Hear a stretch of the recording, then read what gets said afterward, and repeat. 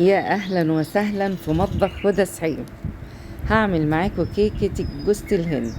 كيكة الجوز الهند جميلة وتحفة، ومش عارفة اسميها ايه من كتر حلاوتها. اسميها الكيكة العبقرية. طعم ولا اروع من كده. جميلة جدا جدا وهتنفع للمدارس قوي. هنبتدي هنا. معايا 3 بيضات بدرجة حرارة الغرفة، وهحطهم في الخلاط. وهحط كوباية وربع سكر عادي جدا. عايزة تقللي السكر وتخليه كوباية واحدة مفيش مشكلة، بس كده بتطلع مظبوطة قوي. هحط حبة فانيليا سايلة وهضربهم ضربة حلوة قوي في الخلاط لغاية ما احس ان السكر اختفى واداني البياض اللي انا عايزاه. الخطوة دي مهمة جدا. اضربي السكر مع البيض حلوة قوي لغاية ما تحسي ان هو بيض تماما.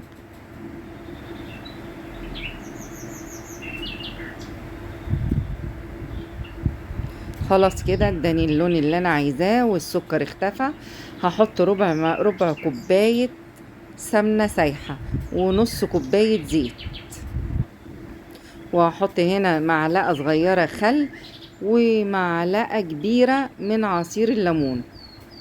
الليمون بيديها نكهة حلوة جدا، والخل بيدي الكيكة هشة جدا، بيخليها هشة يعني هشة من جوه كده وحلوة وطرية. وهحط كمان كوباية لبن دافي او سخن، مش سخن قوي يعني يبقى سخن، ولا ساقع قوي ولا سخن قوي، يعني سخن وبس. هحطهم هضربهم ضربة حلوة جدا في الخلاط. وكده المكونات بتاعتي السايلة كلها خلصت والقوام بقى حلو واللون ابيض. هنا عندي بقى الدقيق، كوبايتين ونص دقيق نخلاهم وهشيل منهم معلقتين. كوبايتين ونص دقيق نخلتهم وهشيل منهم معلقتين، وهحط بدلهم معلقتين نشا. النشا بيديها نعومية حلوة جدا للكيكة.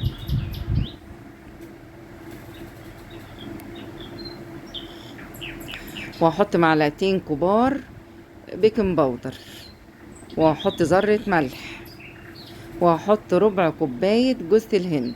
عايزة تستغني عنها مفيش اي مشكلة، بس بتديها طعم حلو قوي.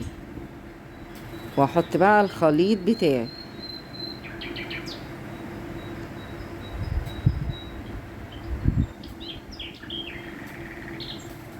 نزلي كل السوائل اللي في الخلاط عشان المقدار يبقى مظبوط قوي.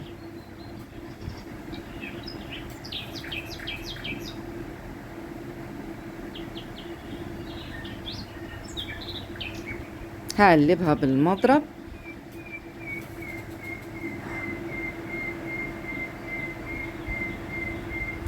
هنا عندي الصينية بتاعتي وحاطة ورق زبدة ودهناها مادة دهنية، ومشغلة الفرن بتاعي على 180 في الرف الوسطاني. حطيت الشبكة في الرف الوسطاني، ومش هشغل شواية لانها مش هتحتاج شواية. هنا هخبط الصينية كده بس تطلع الهواء منها خبطتين كده على الرخامة. طلعت من الفرن اختبريها بخلة، طلعت نضيفة تبقى كده فل. بسم الله ما شاء الله، الكيكة جميلة وطلعة حلوة قوي. هخرطها خرط كبيرة،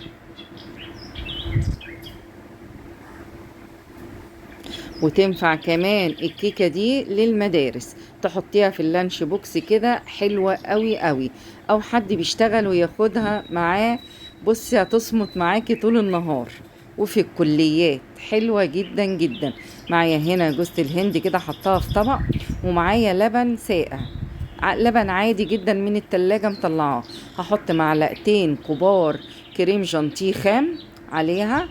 وهنا شوكولاتة المطبخ البيضة، خدت نصها وسيحتها على بخار مائي. سيحتها شوية مش كتير،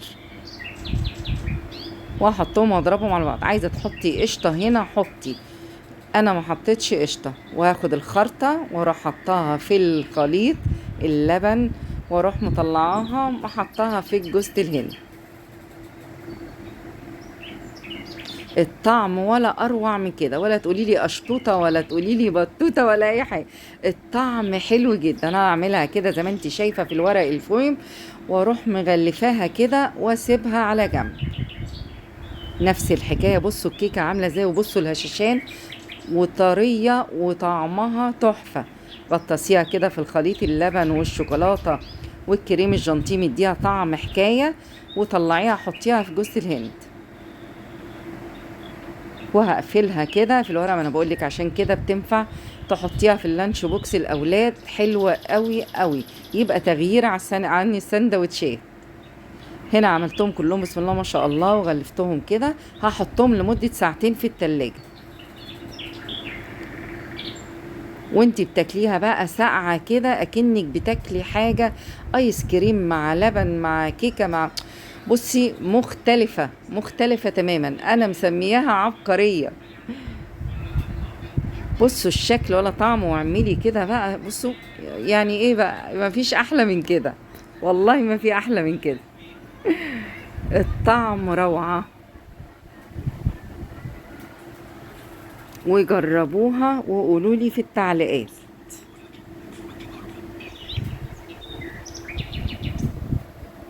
بس انا بوريكم من جوه طعمها حلو قوي قوي.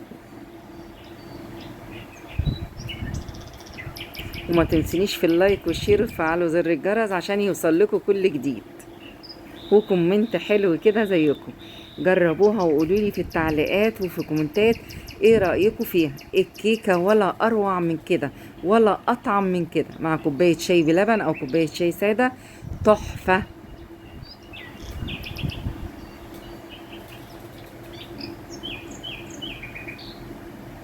الله، والسلام عليكم ورحمة الله وبركاته.